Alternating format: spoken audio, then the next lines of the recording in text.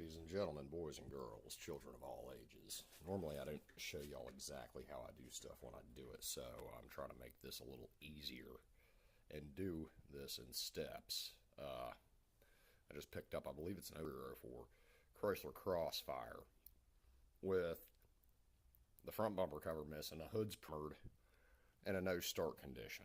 And the guy I got it from fancied himself a mechanic. So he's got toggle switches and all this other shit rigged up in his car, and it still wouldn't start 80% of the time. Now the problem is, I'm not taking the cover off, this is the relay control module. If you open the little box next to the battery, you'll be looking at this with all its plug-ins. And the problem, and I'm gonna try to zoom in here as best I can. See if I can clarify that a little bit. You see how dull these three look in comparison to the rest of them? Well, these solder joints are actually broken.